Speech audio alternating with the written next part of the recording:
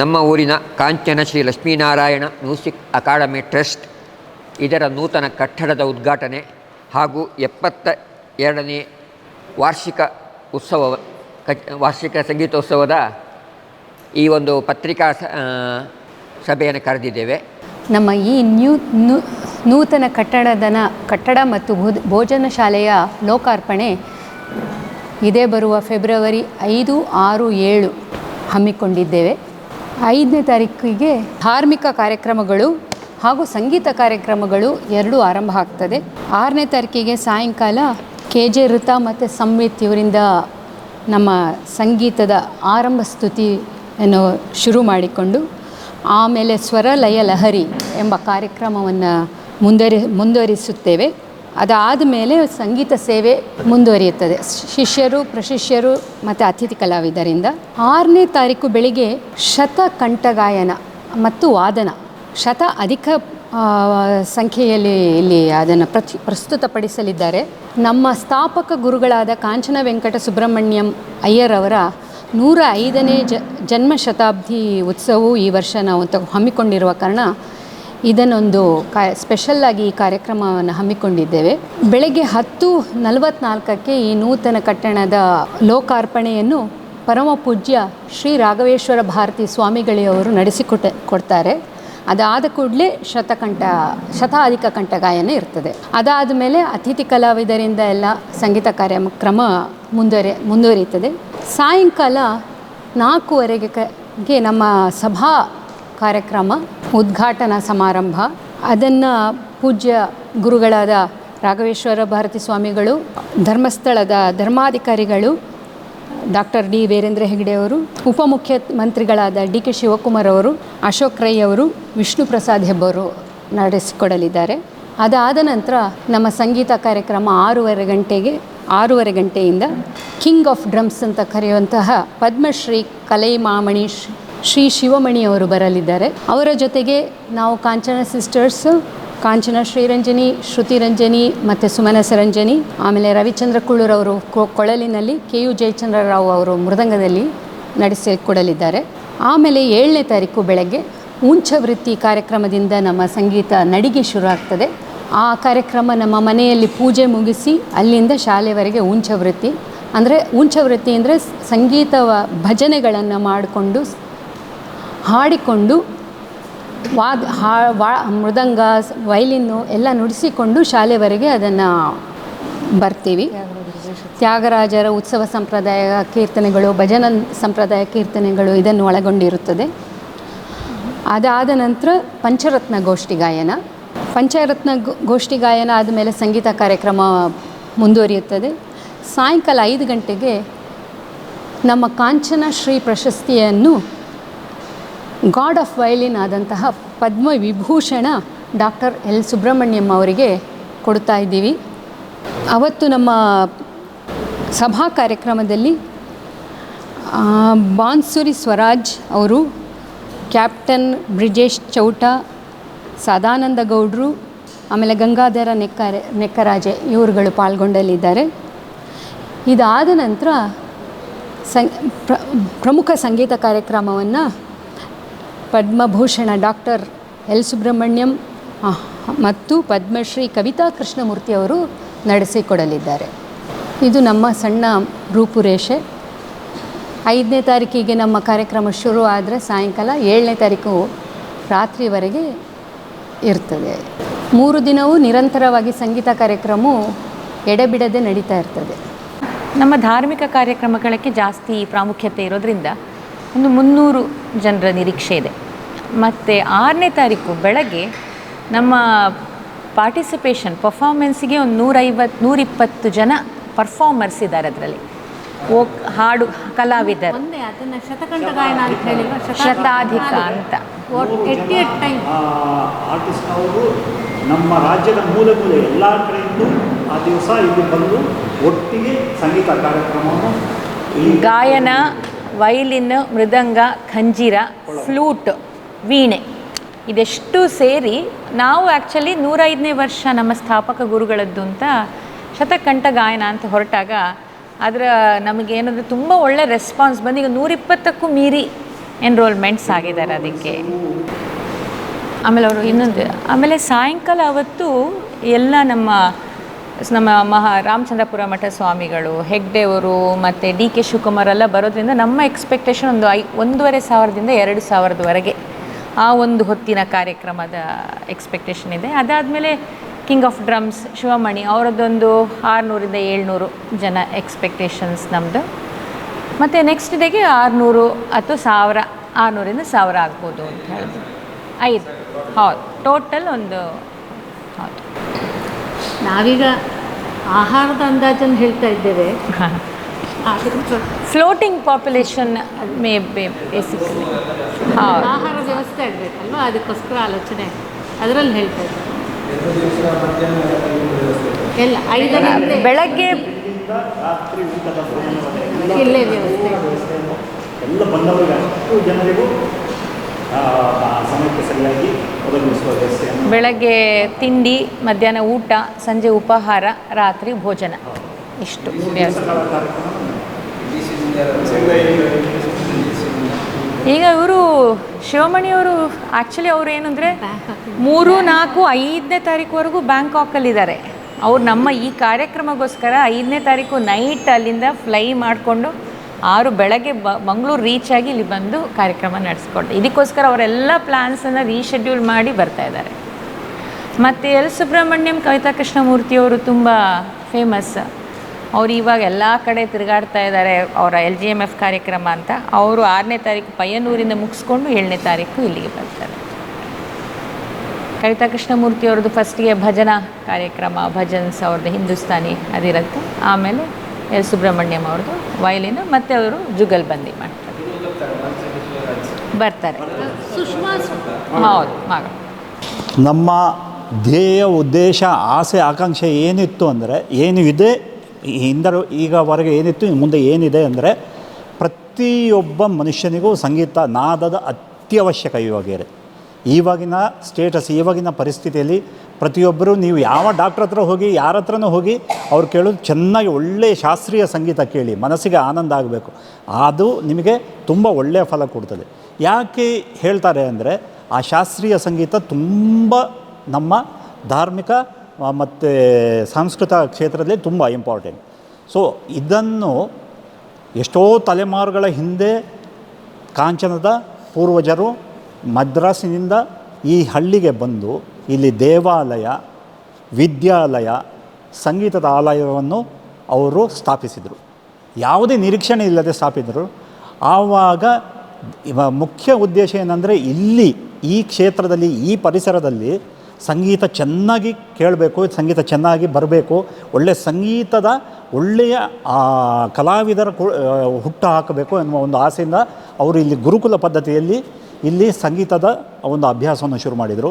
ಆವಾಗ ಈ ಪರಿಸರದಿಂದ ಸುಮಾರು ಜನ ಕಾಂಚನದಲ್ಲೇ ಇಲ್ಲೇ ಉಳ್ಕೊಂಡು ಎಷ್ಟೋ ವರ್ಷ 10, 15, 20 ವರ್ಷ ಇಲ್ಲೇ ಇದ್ದು ನಾವು ಈ ಕಾಂಚನ ಮನೆಯಲ್ಲೇ ಸಂಪೂರ್ಣವಾಗಿ ಸಂಗೀತ ಅಭ್ಯಾಸ, ಬರೀ ಸಂಗೀತ ಅಭ್ಯಾಸ ಅದನ್ನು ಮಾಡಿ ಕೊನೆಗೆ ಕಾಂಚನ ವೆಂಕಟ ಸುಬ್ರಹ್ಮಣ್ಯಯ್ಯರು ಅವರು ಹೇಗೆ ಅಂದರೆ, ಇನ್ನೂ ಇವರು ಸಂಗೀತ ಕಾರ್ಯಕ್ರಮ ನೀಡುವಾಗ ಅವರಿಗೆ ಯಾವುದೇ ಜೀವನದಲ್ಲಿ ಯಾವುದೇ ತೊಂದರೆ ಆಗಬಾರ್ದು ಅಂತೇಳಿ ಅನೇಕರಿಗೆ ಅವರ ಸ್ವಂತ ಭೂಮಿಯನ್ನು ದಾನ ಮಾಡಿ, ಯಾಕಂದರೆ ಕೃಷಿ ಮಾಡಿ ನಿಮ್ಮ ಜೀವನೋಪಾಯ ಆಗ್ತದೆ, ಸಂಗೀತವನ್ನು ನೀವು ಎಷ್ಟು ಜನರಿಗೆ ಆಗುತ್ತೆ ಹೇಳ್ಕೊಡಿ ಅಂತೇಳಿ.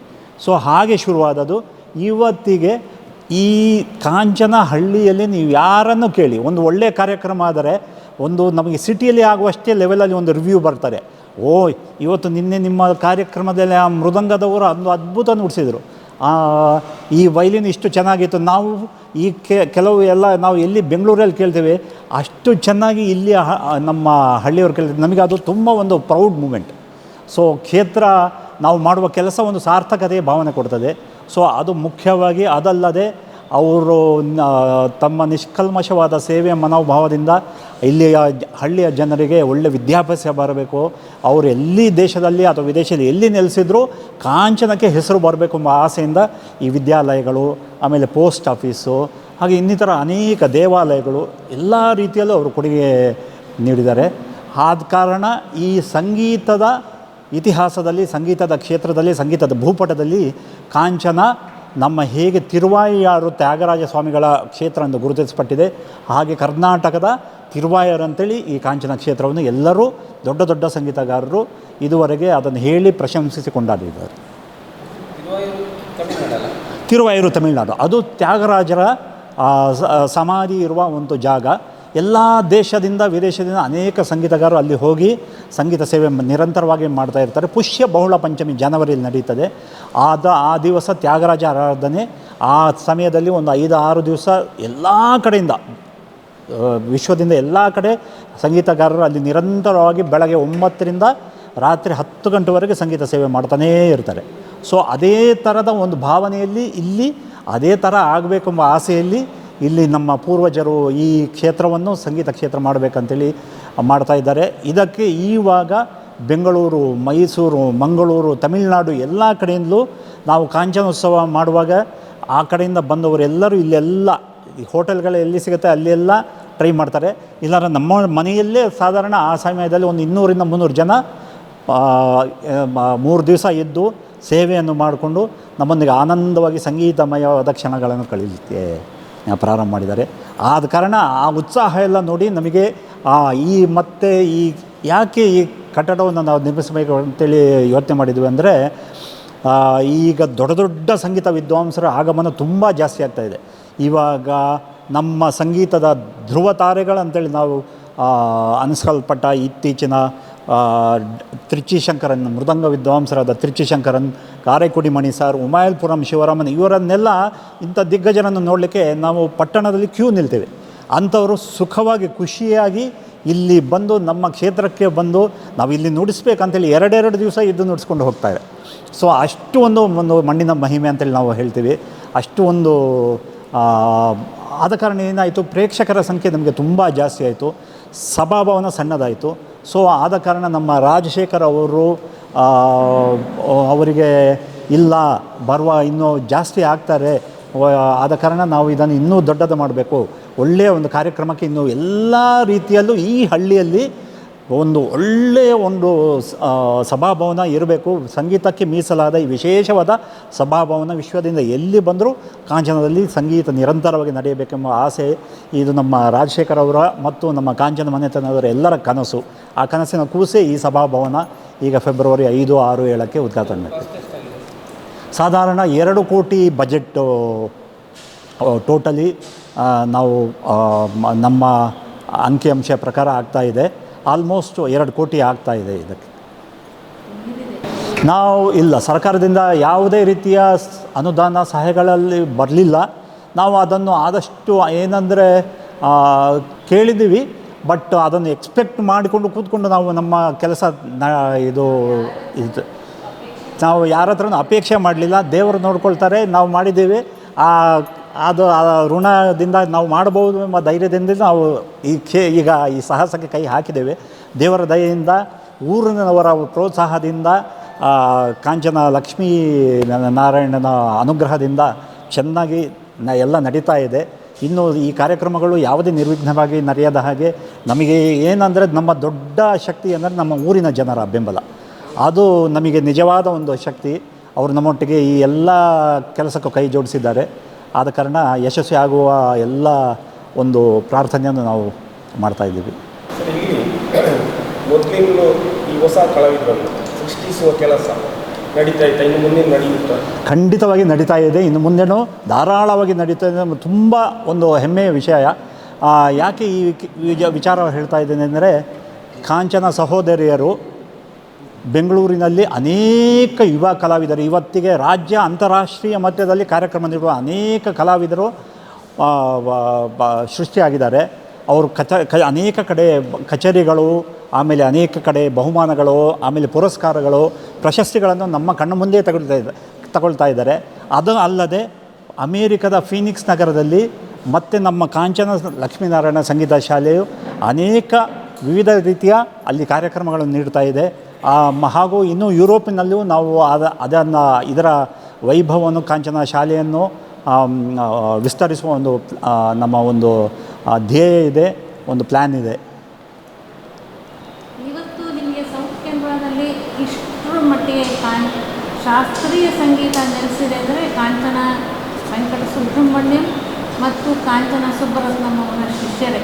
95% ಕಾಂಚನದ ಶಿಷ್ಯ ಪರಂಪರೆಯೇ ಇರೋದು. ಈಗೀಗ ಚೇಂಜ್ ಆಗ್ತದೆ, ಯಾಕಂದರೆ ಈಗ ಲೋಕ ಕಾಣ್ತಾ ಇದ್ದಾರೆ, ಹಲವು ಕಡೆ ಬೇರೆ ಬೇರೆ ಕಡೆ ಶಿಷ್ಯರಾಗಿ ಹೋಗ್ತಾರೆ. ಆರಂಭ ಇದೆ. ಅದು ನನ್ನ ಪ್ರಶ್ನೆ ಅಂದರೆ, ಇಲ್ಲಿ ಶಿಷ್ಯಂದಿರನ್ನು ತಯಾರಿಸುವ ಕೆಲಸ ಇಲ್ಲಿ ಈ ನೆಲದಲ್ಲಿ ನಡೀತಾ ಇದೆಯಾ? ಈಗ ಮೇನಲ್ಲಿ ಇಲ್ಲಿ ಏನಾಗಿದೆ ಅಂದರೆ, ಲೋಕಲಲ್ಲಿ ನಿತ್ಯ ಮಾಡೋಕ್ಕೆ ಪ್ರೈಮರಿಲೇ ನಮ್ಮ ವತಿಯಿಂದ ಪೂಜ್ಯ ಹೆಗ್ಡೆ ಅವರು ಒಂದು ವಿಚಾರವನ್ನು ಇಟ್ಟಿದ್ದಾರೆ. ನಾವು ಹೇಳಿ, ಯಾಕೆಂದರೆ ನಿರಂತರವಾಗಿ ಅದು ಮಕ್ಕಳಿಗೆ ಕಲಿಕೆ ಬೇಕು. ಸಂಗೀತ ಕಲಿಕೆ ಶಾಸ್ತ್ರೀಯ ಮಾತ್ರ ಸಾಕಾಗಲ್ಲ. ಈ ಲೋಕದಲ್ಲಿ ಶಾಲಾ ಮಕ್ಕಳಿಗೆ ಎಲ್ಲ ಕಡೆ ಅವರು ವಿಸ್ತರಿಸ್ಬೇಕು, ಅವರು ಹರಡಿಕೊಳ್ಬೇಕು, ಎಲ್ಲ ಇದನ್ನು ಅವರು ತೆಗೆದುಕೊಳ್ಬೇಕು, ಚಾಲೆಂಜಸ್ನ ಅವ್ರು ತಗೊಳ್ಬೇಕು. ಆ ದೃಷ್ಟಿಯಿಂದ ಅವರು ಕ್ಲಾಸಿಕಲ್ ಮ್ಯೂಸಿಕ್ಕು ಕಲಿತಿದ್ದಾರೆ, ದೇವರ ನಾಮ, ದಾಸರ ಪದಗಳು, ಭಜನ್ಗಳು ಇತ್ಯಾದಿಗಳನ್ನು ಅದಕ್ಕೆ ಅಂತ ಒಬ್ಬರು ಟೀಚರ್ನ ಇವಾಗ ನೇಮಕವೇ ಮಾಡಿದೆ. ನಾನಿರುವಾಗ ಮಕ್ಕಳಿಗೆ ಸಹಾಯ ಮಾಡ್ತೇನೆ, ಆ ರೀತಿ. ಆಮೇಲೆ ಈಗ ವರ್ಕ್ಶಾಪ್ಗಳು ನಡೆಯೋದು ಬೆಂಗಳೂರಿನಲ್ಲಿ, ಅನೇಕ ವರ್ಕ್ಶಾಪ್ಗಳು ನಡೆಯುತ್ತೆ. ಜೊತೆಗೆ ಆ ಮಕ್ಕಳು ಈ ಹಳ್ಳಿಯನ್ನು ನೋಡಬೇಕು ಅಂತ ಕಳೆದ ಮೇನಲ್ಲೂ ಅವರು ಒಂದು ವರ್ಕ್ಶಾಪ್, ಒಂದು 10-12 ದಿವಸ ವರ್ಕ್ಶಾಪ್ ಮಾಡಿದ್ರು. 30 ಮಂದಿ ಮಕ್ಕಳಿಗೆ ಬೆಂಗಳೂರಿಂದ ಬಂದವರು, ಮನೆಯಲ್ಲೇ ನಿಂತು ಹಗಲು ರಾತ್ರಿ ಅದೇ ಕೆಲಸ. ಆಮೇಲೆ ಇವರು ವೋಕಲ್ ಆ್ಯಂಡ್ ವಯಲಿನ್ ವರ್ಕ್ಶಾಪ್ಸ್ನು ಇಲ್ಲಿ ಕರ್ಕೊಂಡು ಬಂದು ಮಕ್ಕಳನ್ನು ಕರ್ಕೊಂಡು ಬಂದು ಮಾಡ್ತಾರೆ. ಶಕ್ತಿಗಳು ನಾವು ಏನೇ ಕಾರ್ಯಕ್ರಮ ಕೆಲಸ ಇಲ್ಲಿ ಹಮ್ಮಿಕೊಂಡ್ರು ನಾವಿದ್ದೇವೆ ಅಂಥೇಳಿ ಅವರ ತನು ಮನಪೂರ್ವಕವಾಗಿ ನಮ್ಮೊಟ್ಟಿಗೆ ಇದ್ದು ಎಲ್ಲ ಯಶಸ್ವಿಯಲ್ಲಿಯೂ ಭಾಗಿಯಾಗುವಂಥ ನಮ್ಮ ಕಾಂಚನದ ನಿಜವಾದ ಒಂದು ಸಾಹಸ. ಕಾಂಚನ ಅನ್ನುವಂಥದ್ದೊಂದು ಪುಟ್ಟ ಹಳ್ಳಿಯಾಗಿದ್ದರೂ ಕೂಡ ಅದು ರಾಜ್ಯ, ರಾಷ್ಟ್ರ ಮಟ್ಟದಲ್ಲಿ, ಅಂತಾರಾಷ್ಟ್ರೀಯ ಮಟ್ಟದಲ್ಲಿ ಗುರುತಿಸಿಕೊಂಡಂಥ ಒಂದು ಹಳ್ಳಿ. ಇದಕ್ಕೆ ಕಾರಣ ಇಲ್ಲಿಯ ಶಾಸ್ತ್ರೀಯವಾದಂಥ ಸಂಗೀತದ ನೆಲೆ.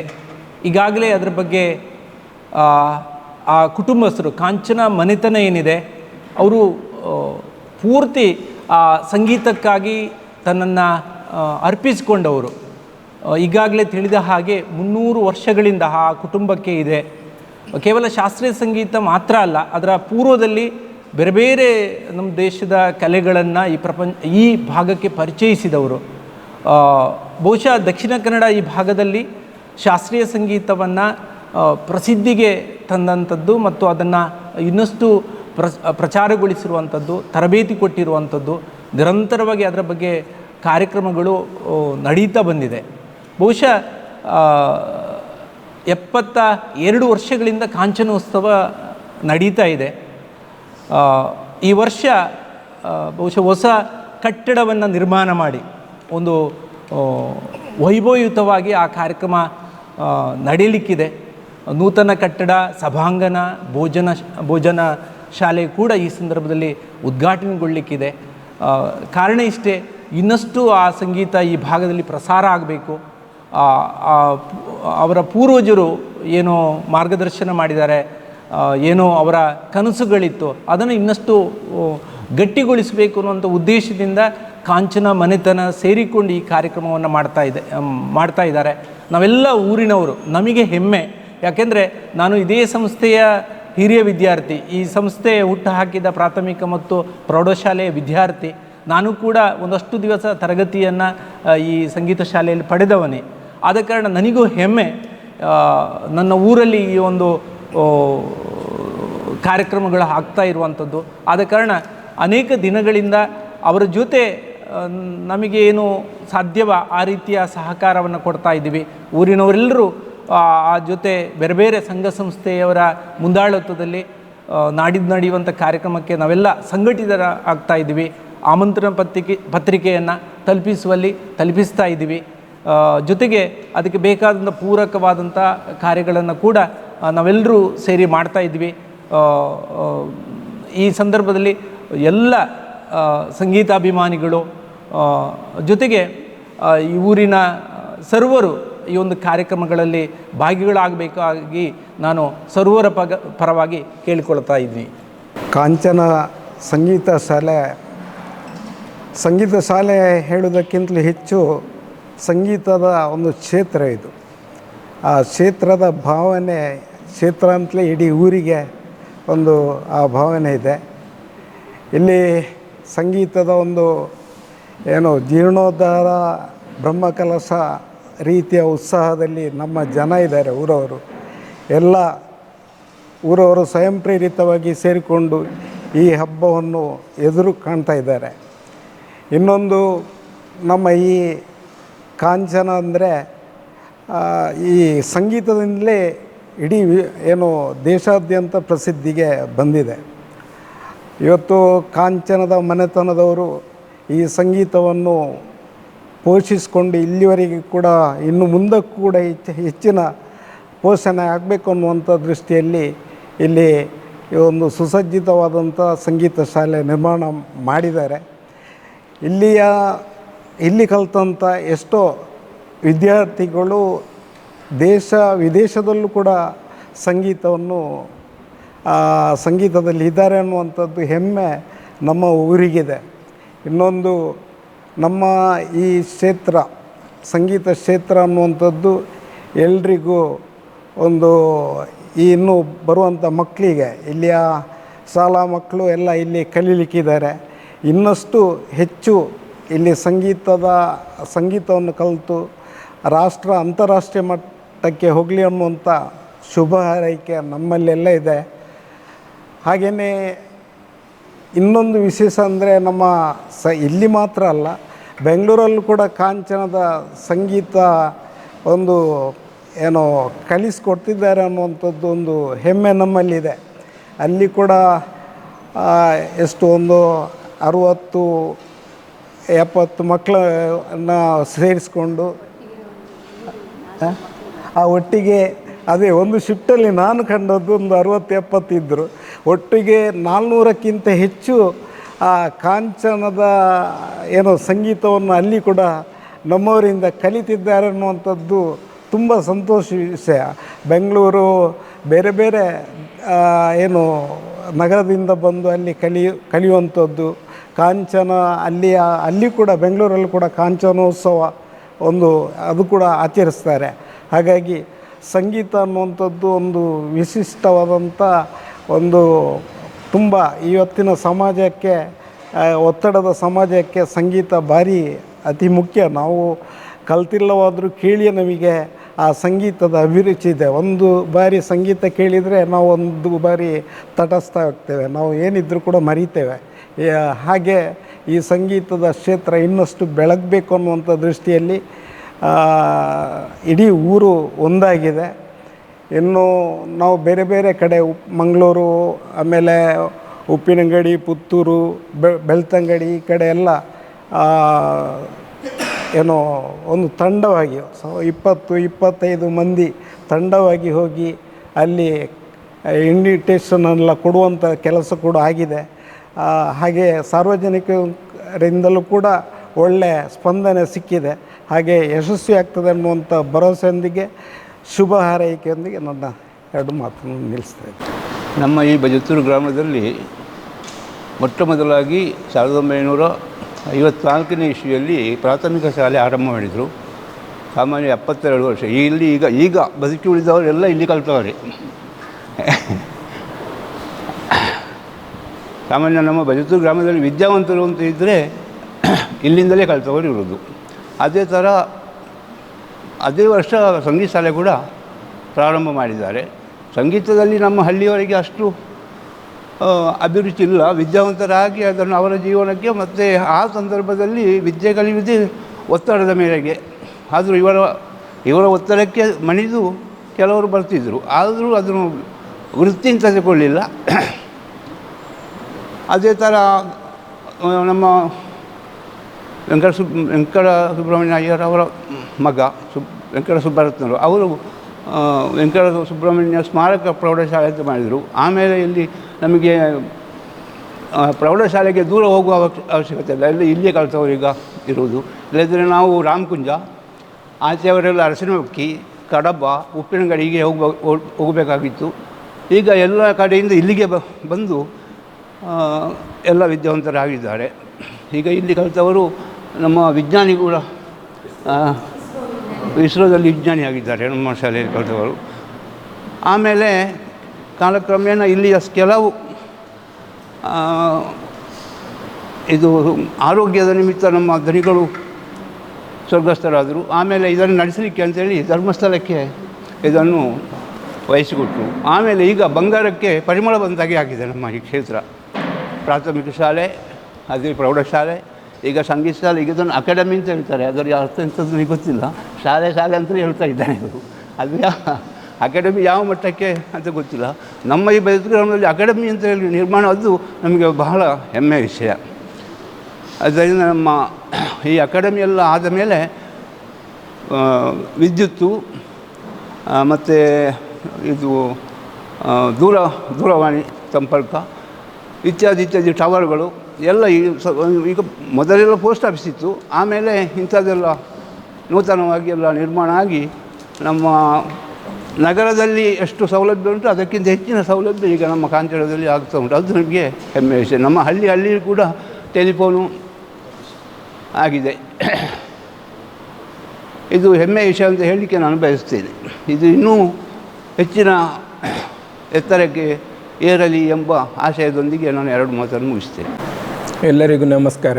ನಾನು ಕೃಷ್ಣ ಪ್ರಸಾದ ಅಂತ. ಮೊದಲಿಗಾಗಿ ನಾನು ಈ ಕಾರ್ಯಕ್ರಮದಕ್ಕೆ ನಮ್ಮ ಶ್ರೀಮದ್ ಜಗದ್ಗುರು ಶಂಕರಾಚಾರ್ಯ ರಾಮಚಂದ್ರಾಪುರ ಮಠದ ರಾಘವೇಶ್ವರ ಭಾರತಿ ಸ್ವಾಮಿಗಳು ಬರುವ ಕಾರ್ಯಕ್ರಮದ ಬಗ್ಗೆ ಹೇಳ್ತೇನೆ. ಅವರು ಈಗ ನಾಡಿದ್ದು ಫೆಬ್ರವರಿ 5ನೇ ತಾರೀಕು ಸುಮಾರು 4:15 ಗಂಟೆಗೆ ಕಾಂಚನ ಮನೆಗೆ ಬರ್ತಾರೆ. ಕಾಂಚನ ಮನೆಯಲ್ಲಿ ಮೊಕ್ಕಾಮಾಗ್ತಾರೆ. ಆಮೇಲೆ 6ನೇ ತಾರೀಕು ಬೆಳಿಗ್ಗೆ 10:44 ನಮ್ಮ ಉದ್ಘಾಟನಾ ಮುಹೂರ್ತ ಇದೆ. ಆ ಸಂದರ್ಭದಲ್ಲಿ ಉದ್ಘಾಟನೆ ಮಾಡಿಕೊಂಡು ಆಮೇಲೆ ಇಲ್ಲಿ ಶತಾಧಿಕ ಕಂಠ ಗಾಯನದ ಸಂದರ್ಭ ಅವರ ಉಪಸ್ಥಿತಿ ಇರ್ತದೆ. ಆಮೇಲೆ ಸಂಜೆ ಸಭಾ ಕಾರ್ಯಕ್ರಮದಲ್ಲಿಯೂ ಅವರು ಇರ್ತಾರೆ.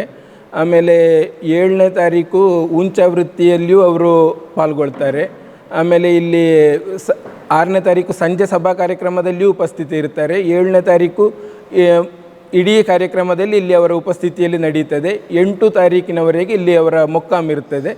8 ತಾರೀಕು ಅವರ ಅನುಷ್ಠಾನಗಳು, ಪೂಜೆ ಇತ್ಯಾದಿಗಳನ್ನು ಮುಗಿಸಿಕೊಂಡು ಅವರು ನಿರ್ಗಮಿಸ್ತಾರೆ.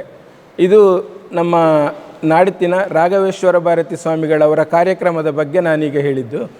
ಮುಂದೆ ಕಾಂಚನದ ಬಗ್ಗೆ ಹೇಳುವುದಾದರೆ, ಕಾಂಚನ ಮನೆತನದ ಬಗ್ಗೆ ಹೇಳುವುದಾದರೆ, ನನಗೆ ನೋಡಿದ ಮೊದಲಿನ ಹಿಂದಿನ ವೈಭವವನ್ನು ನೋಡಿ ನನಗೆ ಗೊತ್ತಿಲ್ಲ, ಕೇಳಿ ಮಾತ್ರ ನನಗೆ ಗೊತ್ತಿರುವುದಷ್ಟೇ. ಹಿಂದೆ ಗುರುಕುಲ ಪದ್ಧತಿಯಲ್ಲಿ ಸಂಗೀತವನ್ನು ಮನೆಯಲ್ಲಿ ಹೇಳಿಕೊಡ್ತಾ ಇದ್ರಂತೆ. ಹಾಗೆ ಅಂತೂ ಈಗ ನನ್ನ ಅನುಭವದ ಪ್ರಕಾರ, ಈಗಾಗಲೇ ಅಮ್ಮ ಹೇಳಿದರು, ದಕ್ಷಿಣ ಕನ್ನಡ ಜಿಲ್ಲೆಯಲ್ಲಿ ಎಲ್ಲಿ ಕರ್ನಾಟಕ ಶಾಸ್ತ್ರೀಯ ಸಂಗೀತ ಇದ್ದರೂ ಅದು ಅದರ ಮೂಲ ಕಾಂಚನವೇ. ಅಂದರೆ ಈಗ ಯಾರೋ ಒಬ್ಬರು ಇಲ್ಲಿಯ ಪಾಠ ಮಾಡುವವರಿದ್ದರೂ ಅವರ ಗುರುಗಳು ಇಲ್ಲಿ ಕಲಿತವರು ಇರ್ತಾರೆ. ಆ ರೀತಿಯಲ್ಲಿ ಸಂಗೀತಗಳು ನಡೀತಾ ಇರ್ತದೆ. ಮತ್ತು ಈಗ ಇಲ್ಲಿ ಕಾಂಚನ ಮನೆತನ ಅಂತ ಹೇಳಿದರೆ, ಇಲ್ಲಿ ನಮ್ಮ ಕಾಂಚನ ಪರಿಸರಕ್ಕೆ ಇಡೀ ದನಿಗಳು ಅಂತಲೇ ಲೆಕ್ಕ ಹಿಂದಿನ ಕಾಲದಿಂದಲೇ.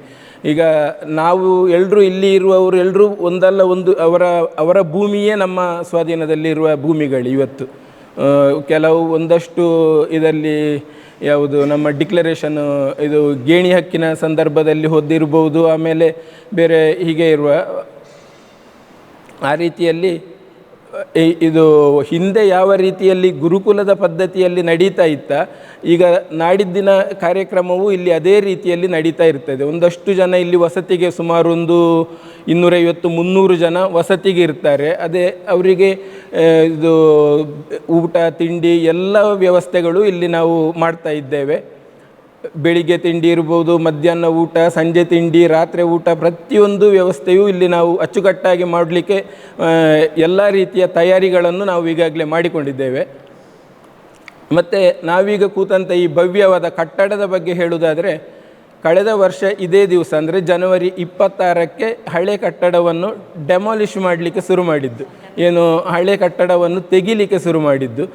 ಇವತ್ತು ನಾವು ಇದು ಕೇವಲ ಒಂದು 10 ತಿಂಗಳಿನ ಒಳಗೆ, ಅಂದರೆ ಈಗ ಇದು ನಮಗೆ ಈ ಧಾರ್ಮಿಕವಾಗಿ ಹೇಳುವುದಾದರೆ ಮೌಢ್ಯ ಬಂದ ಕಾರಣ, ನಮಗೆ ಮುಹೂರ್ತಗಳು ಸ್ವಲ್ಪ ಮುಂದೆ ಬಂದ ಕಾರಣ ಇದೊಂದು ನಮಗೆ ಇಷ್ಟು ದಿನ ಸಾಧ್ಯ. ಇಲ್ಲಂತಾದರೆ ಕೇವಲ 10 ತಿಂಗಳಲ್ಲಿ ನಾವು ಇದನ್ನು ಲೋಕಾರ್ಪಣೆ ಮಾಡುವ ಒಂದು ಯೋಜನೆ ಇತ್ತು.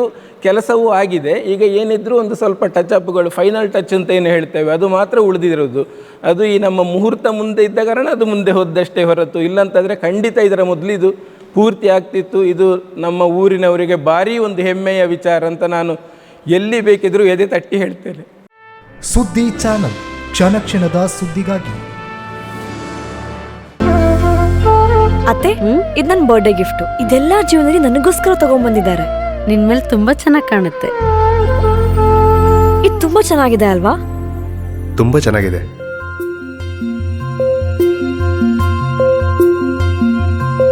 It will look really good on you. Amma? Huh? Mother is always son's first love.